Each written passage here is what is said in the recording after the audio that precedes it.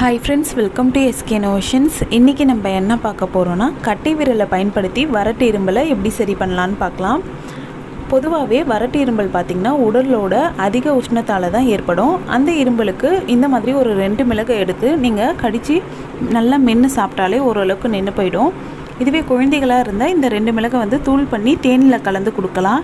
ஒருவேளை உங்களுக்கு அதிகப்படியான வறட்டு இரும்பல் ஏற்பட்டுடுச்சு, அதை தடுக்க முடியல அப்படின்ற பட்சத்தில் உங்களோட கட்டை விரலை பயன்படுத்தி சூப்பராக நீங்கள் அந்த வறட்டு இரும்பலை தடுக்கலாம்.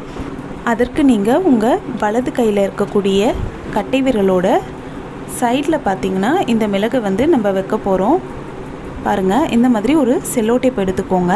எடுத்துட்டு இதில் பக்கத்தில் ஒரு 2 மிளகை வச்சுக்கோங்க. இந்த மாதிரி ஒட்டி விட்டுருங்க.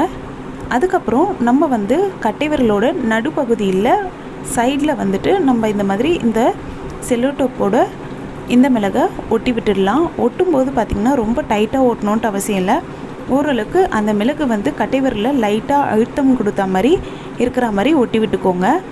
இதனால் பார்த்திங்கன்னா ஒரு நல்ல ப்ரெஷர் ஏற்பட்டு அது இந்த வறட்டு இரும்பலை சூப்பராக தடுக்கும்.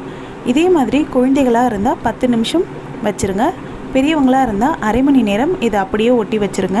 அரை மணி நேரம் கழித்து நீங்கள் இந்த செல்லோ டேப்பை தூக்கி போட்டுடலாம்.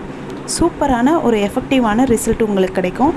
அடுத்த முறை உங்களுக்கு வறட்டு இரும்பல் ஏற்பட்டதுன்னா கண்டிப்பாக யாரும் மருந்து மாத்திரைன்ட்டு எடுக்காமல் இந்த மாதிரி மிளகை பயன்படுத்தி உங்களோட கட்டை விரலில் வச்சு சூப்பராக உங்களோட வறட்டு இரும்பலை நிறுத்தலாம். கண்டிப்பாக ட்ரை பண்ணி பாருங்கள். இந்த வீடியோ உங்களுக்கு பிடிச்சிருந்தால் லைக் பண்ணுங்கள், ஷேர் பண்ணுங்கள், கமெண்ட் பண்ணுங்கள். நம்ம சேனலை ஃபஸ்ட் டைம் பார்க்குறீங்கன்னா மறக்காமல் சப்ஸ்கிரைப் பண்ணுங்கள். தேங்க்ஸ் ஃபார் வாட்சிங் ஃப்ரெண்ட்ஸ்.